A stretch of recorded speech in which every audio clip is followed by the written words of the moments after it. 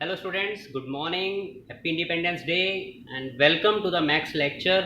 बेटा, lines and angles और triangles के अंदर कुछ ऐसे इंटरेस्टिंग क्वेश्चन लेके आया हूँ मैं, जो कॉम्पिटिटिव लेवल के क्वेश्चन हैं और ऐसे डरावने दिखने वाले हैं, मगर वो जब सॉल्व करते हैं ना बेटा, तो बहुत आसान लगते हैं हमें। देखना, एक क्वेश्चन है ये, इसमें दिया हुआ है एक अजीब सा फिगर, ठीक है, और उससे भी अजीब आंसर्स। ठीक है, मैंने इसको टिक कर दिया था, मगर मैं मिटा देता हूँ थोड़ा सस्पेंस बनाने के लिए। गलत किया था, ये गलत है, ये मान लेना। ठीक है, अभी आएंगे वहां तक। अब देखो, ये एंगल 60 दिया हुआ है इन्होंने। नेक्स्ट एक एंगल सी दिया हुआ है इन्होंने 50 डिग्री। सी कौन सा है? ये है 50 डिग्री इसका। इसके अलावा BDG यानी ये वाला एंगल दिया है कितना बेटा? 30 डिग्री। ठीक है, और एक और चीज दी है इन्होंने, ये वाला एंगल दे दिया कितना? 20 डिग्री। अब वो पूछता क्या है? वो पूछता है कि आपको बताना है इन रिलेशंस में से EG यानी ये और ये साइड में क्या रिलेशन, यानी कि ये और ये साइड में क्या रिलेशन है, क्या ये इक्वल है? ठीक है, या फिर कुछ और है, कुछ और चीज, एक बड़ा है एक छोटा है, ऐसे करके हम रिकॉल करते हैं बेटा ट्राइंगल इनइक्वालिटी। मैं आपको रिकॉल कराता हूं। देखो, किसी भी ट्राइंगल में अगर मान लो मैंने ये ले लिया ABC एक ट्राइंगल है, इसमें मुझे एंगल्स गिवन है ना, दोनों एंगल बेस वाले एंगल गिवन है, और मुझे ये पूछा गया है कि बेटा भाई ये बताओ कि ये वाली साइड्स कैसे रिलेटेड है। तो मैं क्या करूंगा, ये देखूंगा अगर ये दोनों एंगल इक्वल हैं तब दोनों साइड इक्वल होंगी। Sides opposite to equal angles are equal. Secondly, अगर ये बड़ा है एंगल और ये छोटा है, तो एंगल के अपोजिट वाली साइड बड़ी होगी और ये वाली छोटी होगी। मतलब ये बड़ा एंगल है तो बड़े एंगल के अपोजिट वाली साइड बड़ी हो गई, छोटे एंगल के अपोजिट वाली साइड छोटी हो गई। तब मैं कह सकूंगा कि AB ग्रेटर है और AC स्मॉलर है। ठीक है, एंड वाइस वर्सा, यानी अगर ऐसा होगा कि ये वाला बड़ा है और ये छोटा है, तो ये साइड बड़ी हो जाएगी और ये छोटी हो जाएगी। ठीक है, अब हमें यहाँ पे जब साइड्स की बात कर रहे हैं तो अल्टीमेटली हमारा ऑब्जेक्टिव क्या है? हमारा ऑब्जेक्टिव है, ये एंगल तो दे ही रखा है इस ट्राइंगल में, इस छोटे से ट्राइंगल में जिसका नाम है FGE। इस ट्राइंगल में, या GEF बोल तो भी कोई परेशानी नहीं है, ट्राइंगल GEF में मेरा मोटिव क्या है? मुझे ये वाला एंगल फाइंड आउट करना है किसी भी तरीके से, ताकि मैं इन साइड्स को फिर कंपेयर कर सकूं उस थ्योरी के मुताबिक। ठीक है, तो हम पता लगाना शुरू करते हैं। इस ट्राइंगल के अंदर, ABC ट्राइंगल के अंदर, ये वाला एंगल एक्सटीरियर एंगल है। तो अगर ये एक्सटीरियर एंगल है तो इसका मेजरमेंट कितना हो जाएगा बेटा? 60 + 50 that is equal to 110 degree. Exterior angle property मैंने यूज की और उससे ये आ गया 110। अब ये वाले ट्राइंगल में देखो आप, इस वाले ट्राइंगल में ये एक्सटीरियर एंगल है बेटा, क्योंकि मुझे वहां तक पहुंचना है। तो वहां तक कैसे पहुंचूंगा? ऐसे पता कर करके पहुंचूंगा। ये दोनों का सम बराबर ये वाला एंगल हो जाएगा। मान लो मैंने इस एंगल को y ले लिया होता, तो y क्या होता? The sum of these two angles. तो ये कितना होता? 140 आ गया होता। ठीक है, अब इस ट्राइंगल पे ही गौर करो, ये 140 आ गया अगर, तो 140 + 20 160, और 180 से माइनस करोगे तो ये आ जाएगा, that is equal to 20 degree. तो मैंने क्या ऑब्जर्व किया कि वो जो एंगल आया है, यानी अगर मैं इसको ट्राइंगल को उठा के यहाँ ले आऊं तो ये कुछ इस प्रकार बन जाएगा, G इधर है, E इधर है, F इधर है। ठीक है, ये 20 आ गया है और ये भी 20 आ गया है। जब दोनों एंगल्स इक्वल हैं तो sides opposite to equal angles are equal, hence my answer option is C, it's correct कि दोनों इक्वल होंगे। अच्छा, कुछ बच्चे ये पूछते हैं कि सर अगर मान लो इक्वल नहीं आते, अलग अलग आते, अब हम सपोज करते हैं कि क्या पता ऐसा होता है कि ये एंगल 30 आ जाता। ठीक है, अगर ये एंगल 30 आता और ये कितना आता? 20 दे रखा था, तो ये वाली एंगल के अपोजिट वाली साइड ये थी, तो EG बड़ा होता FG से, ये वाला ऑप्शन आता।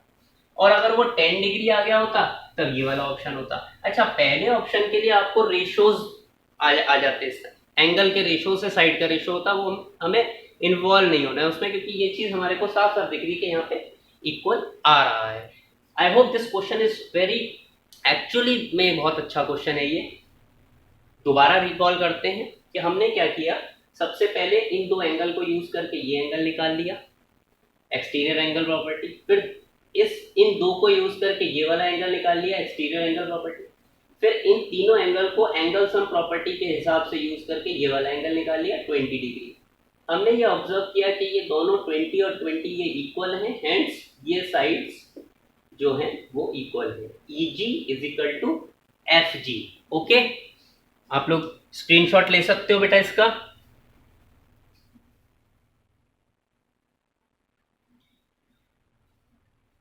ओके, अब आते हैं बेटा दो और क्वेश्चन पे, बहुत आराम आराम से धीमे धीमे समझेंगे हम। I will not go much faster, ठीक है।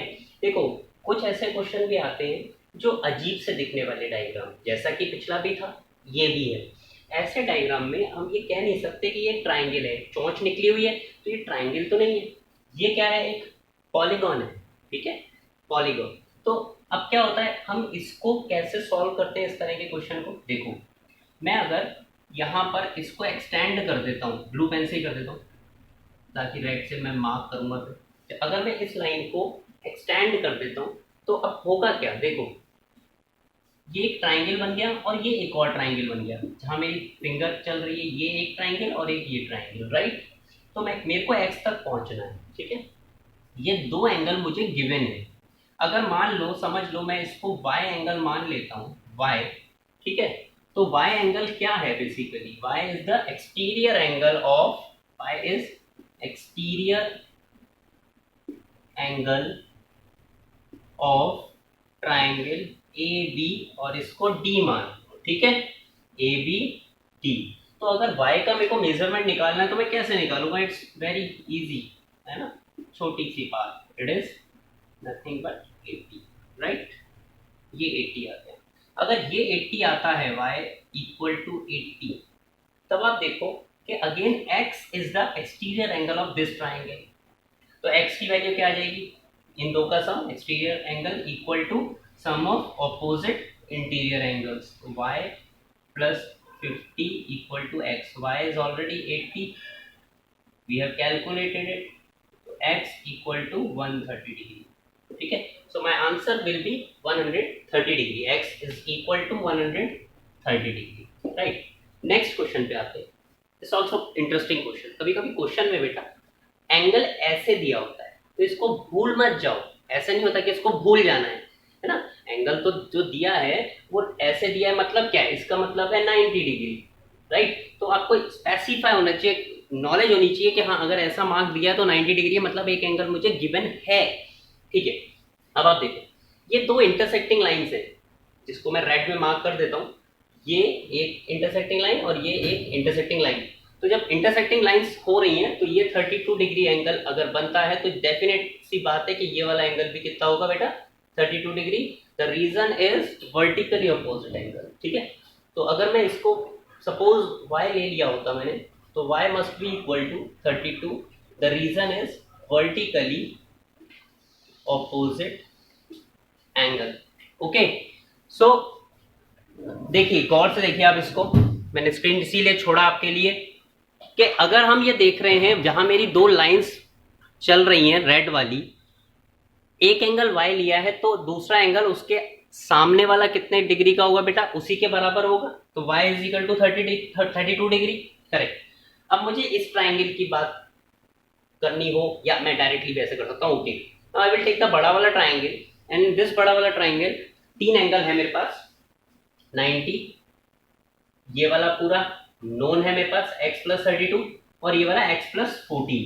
सो x plus 14 degree plus x plus 32, क्योंकि मैंने y की जगह पे 32 लिख लिया, और 90 degree will be equal to 180 degree, right.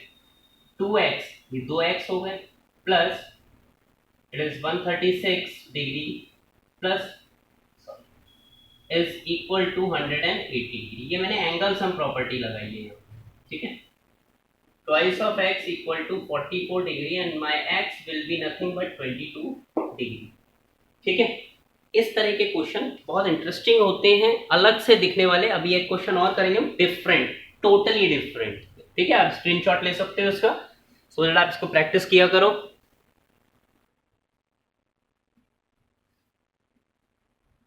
Okay जी। अब देखो क्या हो रहा है कि इसने बोला कि L1 पैरेलल टू L2 है, हमें x फाइंड करना है, ठीक है। यहाँ कोई डिग्री नहीं दी हुई है, इसमें कोई भी डिग्री नहीं दी, अल्फाबेट दे दिए मगर डिग्री नहीं है। मगर मुझे x किस रूप में फाइंड करना है, इन टर्म्स ऑफ डिग्री। तो देखो कैसे होगा ये, अगर ये दो पैरेलल लाइन है और ये ट्रांसवर्सल इसको कट कर रहा है, तो डेफिनेट सी बात है कि अगर मैं ये दो एंगल देखता हूँ, ये वाला एंगल और ये वाला एंगल पूरा को इंटीरियर एंगल के दर्शन कराता है। अगर ये को इंटीरियर एंगल है तो दोनों मिलाकर कितने होंगे, a plus b equal to 180 degree को इंटीरियर एंगल्स, ठीक है।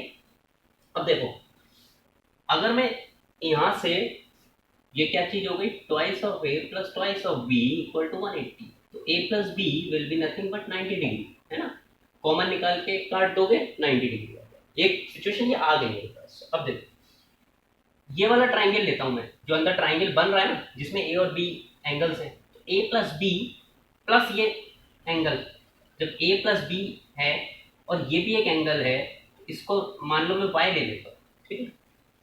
तो a plus b plus y equal to 180 degree, ठीक है। ये दोनों 90 दे ही रखा है, दोनों का सम। अच्छा इसमें ये बात ध्यान रखने की है बच्चों कि अगर मैंने कभी भी हम लाइफ में बोलते हैं कि a plus b is equal to 90 degree, तो इसका मतलब ये नहीं है कि a1 ये a45 का होगा b45 का, नहीं, वो 60-30 भी हो सकते हैं, 50-40 भी हो सकते हैं, उनका सम 90 है, तो एक कलेक्टिवली यूनिट 90 लिख सकते हो, ठीक है। तो ये हो गया y कितना आ गया मेरे पास बेटा, 90 डिग्री, यहाँ पे लिख लेता हूँ 90 डिग्री। अब गौर करो, रेड पेन यूज कर रहा हूँ, ये y प्लस ये पूरा एंगल 180 डिग्री होगा, लीनियर पेयर के दर्शन हो रहे हैं, ठीक है। तो देखो y plus twice of x is equal to 180 degree, that is linear pair, ठीक है। y मेरे पास 90 ऑलरेडी है,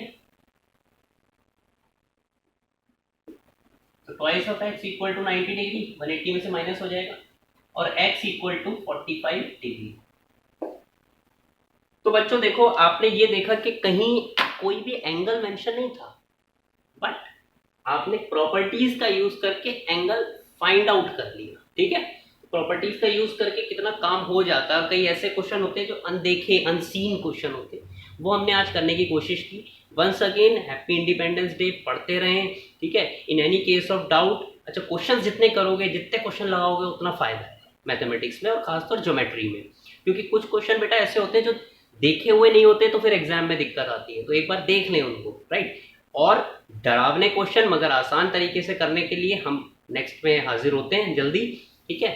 stay home, stay safe, keep blessed and study well. Thank you very much बेटा। In case of any doubt बेटा, you can call me, you can ask me, I'll clear your doubts, right? Bye.